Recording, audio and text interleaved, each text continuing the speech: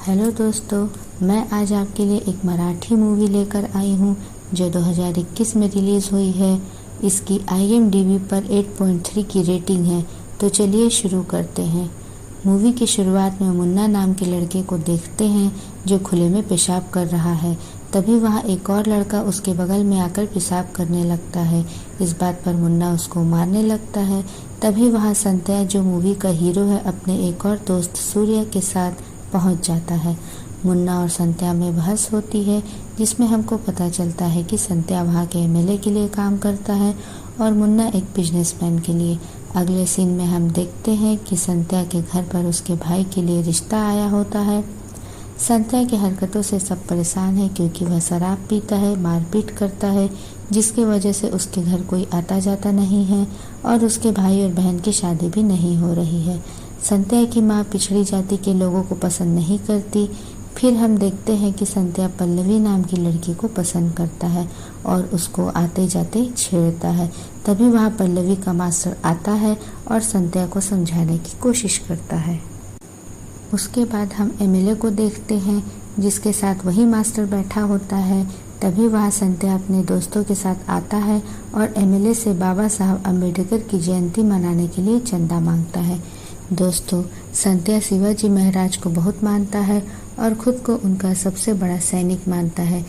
सब जयंती मनाने की तैयारी कर रहे होते हैं। तभी पता चलता है कि रेखा जो कि किसी बिजनेसमैन के घर पर काम करती है, उसकी करंट लगने से मौत हो गई है। संत्या का दोस्त उसे बताता है कि रेखा को उसके मालिक ने उसका बलात्कार करके मारा है।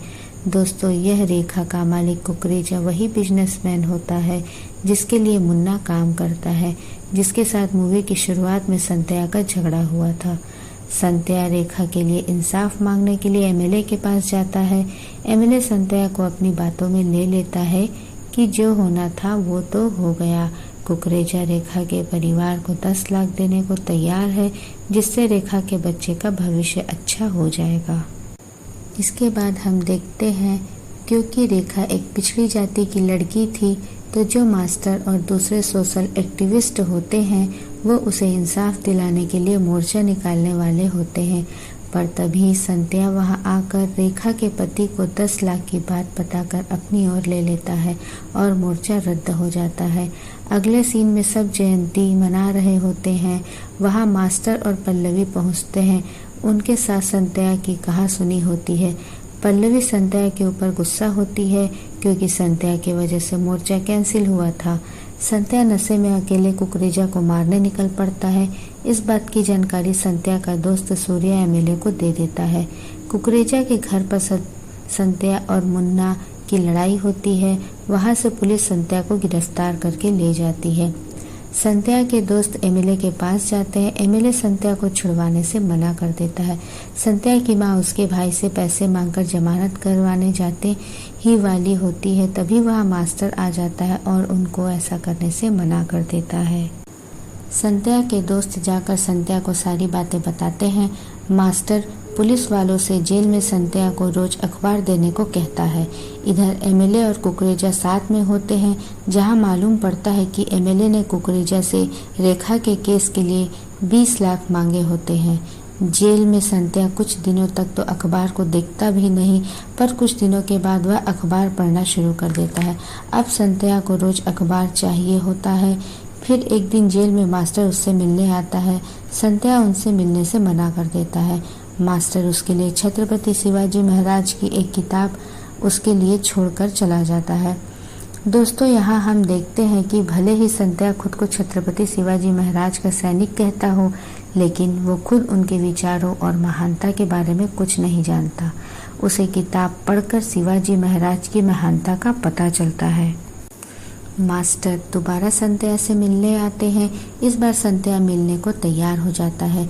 मास्टर संत्या को बाबा साहब अम्बेडकर की किताब देते हैं। उसे पढ़ने के बाद संत्या पूरी तरह से बदल जाता है। 6 महीने बीत जाते हैं। संत्या की जमानत हो जाती है। वह जेल से छूटने के बाद सबसे पहले मास्टर के पास जाता है और उनसे माफ़ी मांगता है। उसके बाद वह अपने घर जाता है। संत्या अपना और अपने दोस्तों का एडमिशन भी करा लेता है और छोटे से होटल में काम करना चालू कर देता है। संध्या के घर में उसकी माँ संध्या के हाथ में बाबा साहेब की किताब देखकर बहुत गुस्सा होती है। दोस्तों, यहाँ पर हमारे समाज में जो जातिवाद का असर है वह दिखाया गया है कि जब पहले संध्या शराब पीता था, मारपीट करता था, तो भी उसकी माँ उसको रख लेती थी। पर अब जब संध्या खुद मेहनत कर रहा है, पढ़ाई कर रहा है, तो उसकी माँ उसे यह बोलकर घर से निकाल देती है कि वह दूसरों के जूठे बर्तन धोता है और बाबा साहेब की किताब पढ़ता है। जाते जाते संध्या अपनी बहन की तरफ देखता है और कहता है कि ये जो तुझे लड़की होकर पढ़ने का अधिकार मिला है वो बाबा साहेब की ही वजह से मिला है। इसके बाद संध्या को बड़े बड़े होटल में नौकरी मिल जाती है। कुछ दिनों के बाद अपने दोस्तों के साथ मिलकर खुद का होटल खोलता है। धीरे धीरे संध्या को बड़े बड़े ऑर्डर मिलने लग जाते हैं और कुछ दिनों के बाद उसे 2 और लोग मिलते हैं जो संध्या के साथ पार्टनर बनकर बड़े रेस्टोरेंट खोल लेते हैं।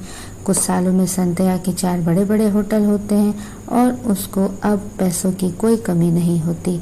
इस बीच हम देखते हैं कि रेखा का केस अब भी चल रहा होता है और संध्या मास्टर और पल्लवी की केस लड़ने में मदद कर रहा होता है, लेकिन वो केस डिस्ट्रिक्ट कोर्ट में हार जाते हैं क्योंकि एमएलए ने सबूत मिटवा दिए होते हैं। संध्या हाई कोर्ट में एक नामी वकील से अपील करवाना चाहता है। इसकी भनक एमएलए और कुकरेजा को लग जाती है और वो संध्या को मिलने बुलाते हैं। वहाँ बातों बातों में कुकरेजा संध्या की बेइज्जती करता है और अपने गुनाहों को कबूल कर लेता है। इसके बाद भी संध्या वहाँ चुपचाप बैठा होता है। दोस्तों, यहाँ संध्या चुपचाप इसलिए बैठा है क्योंकि संध्या के बटन में कैमरा होता है जिसमें सब रिकॉर्ड हो रहा होता है। इसके बाद हाई कोर्ट में केस फिर से चालू हो जाता है। साथ ही अब संध्या बहुत बड़ा बिजनेसमैन बन चुका है और वह लोगों की मदद करता है। इस वजह से पल्लवी भी अब उसे पसंद करने लगती है। अगले सीन में हम देखते हैं कि संध्या के समझाने पर एमएलए का जो पीए होता है वह कुकरेजा और एमएलए के खिलाफ सरकारी गवाह बनने को तैयार हो जाता है। पीए की गवाही के बाद एमएलए और कुकरेजा को गिरफ्तार कर लिया जाता है। मूवी के लास्ट में हम संध्या को अवार्ड लेते देखते हैं और वहाँ वो सभी लोग होते हैं जो पहले कभी उसकी बुराई किया करते थे। इसी के साथ मूवी का हैप्पी एंडिंग होता है। दोस्तों, यह मेरी फर्स्ट एक्सप्लेनेशन वीडियो है, तो प्लीज़ लाइक, शेयर और सब्सक्राइब करके सपोर्ट करें। Thank you.